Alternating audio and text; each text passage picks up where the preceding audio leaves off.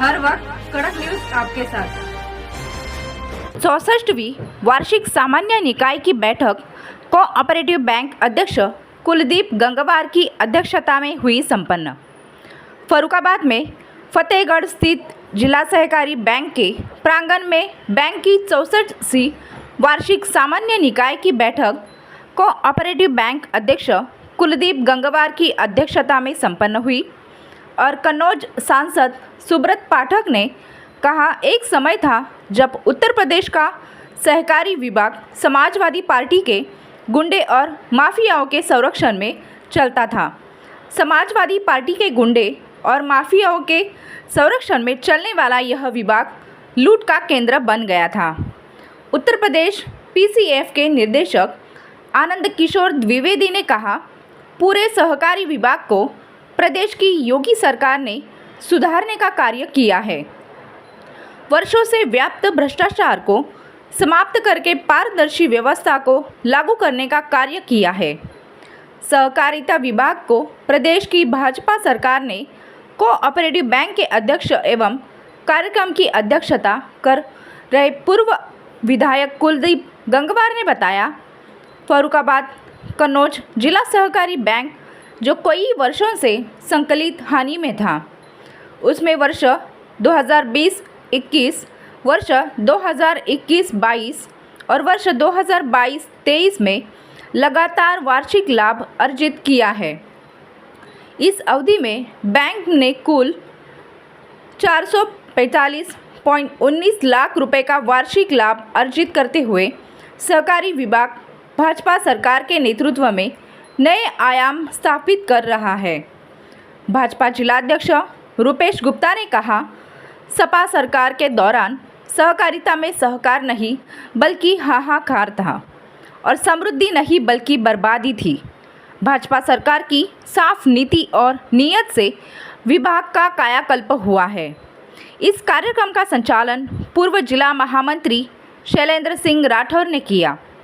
इस अवसर पर पूर्व भाजपा जिला अध्यक्ष सत्यपाल सिंह दिनेश कटियार, जिला संयोजक सहकारिता प्रकोष्ठ धर्मेंद्र कटियार, उमरदा ब्लॉक प्रमुख अजय कुमार वर्मा, रामपाल सिंह दोहरे, वीरेंद्र कठेरिया, अपर निबंधक सहकारिता कानपुर मंडल बीके पटेल, सहायक आयुक्त फर्रुखाबाद कन्नौज बीके अग्रवाल, सहायक निबंधक सहकारिता राजीव लोचन शर्मा, मुख्य कार्यपालक अधिकारी एमके सिंह, उप महाप्रबंधक देवेंद्र कुमार सिंह, अवधेश कुमार यादव एवं जिला मीडिया प्रभारी शिवांग रस्तोगी आदि मौजूद रहे।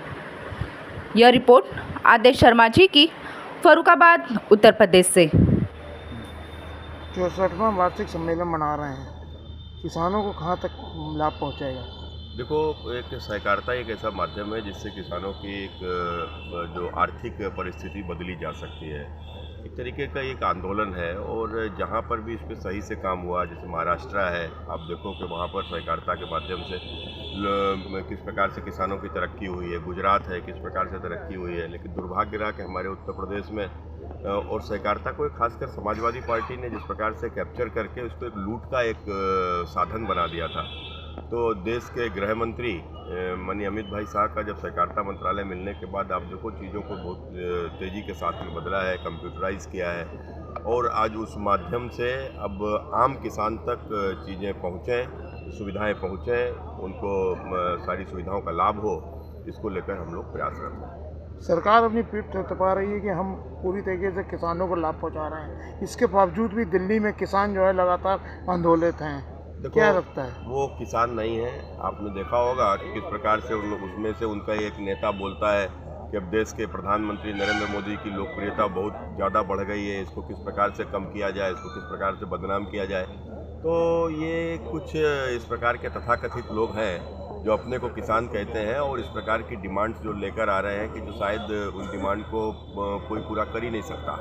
तो कुल मिलाकर मैं समझता हूं कि वो तो केवल मोदी जी का लोकप्रियता गिराने का व्यवस्था बनाए रखेंगे। क्या 2024 के चुनाव में जो है मिशन मोदी को लेकर घबराए हुआ विपक्ष इस तरीके के कदम उठा रहा है? देखो हमने कहा ना कि देखो बहुत सारे टूल्स इस साल आए, बहुत सारे टूल्स फेल हो गए, फ्लॉप हो गए। अभी तो चुनाव में है, वो टूल्स और भी होंगे आने को, लेकिन आने दो। देश की जनता सब समझ रही है, सब देख रही है। कि राम मंदिर के नाम पर एक बार फिर मोदी मैजिक तीसरी बार चलने जा रहा है।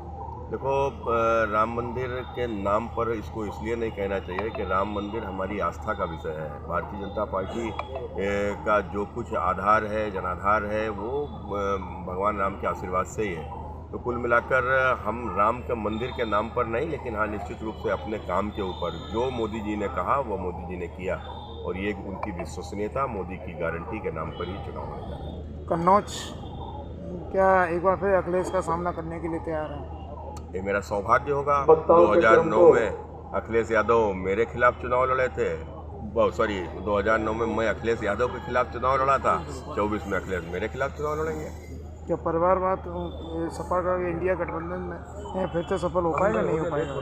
नहीं, ये परिवारवाद की आपस में लड़ाई है, और अखिलेश के परिवार का लाभ हो रहा है, अन्य लोगों को नहीं हो रहा है। तो आपस का लड़ाई है, वो चलती रहेगी। ऐसे ही देश और दुनिया भर की खबरों के लिए देखते रहिए कड़क न्यूज नेटवर्क। लाइक, सब्सक्राइब और शेयर करना ना भूलिए। धन्यवाद। हर वक्त कड़क न्यूज आपके साथ।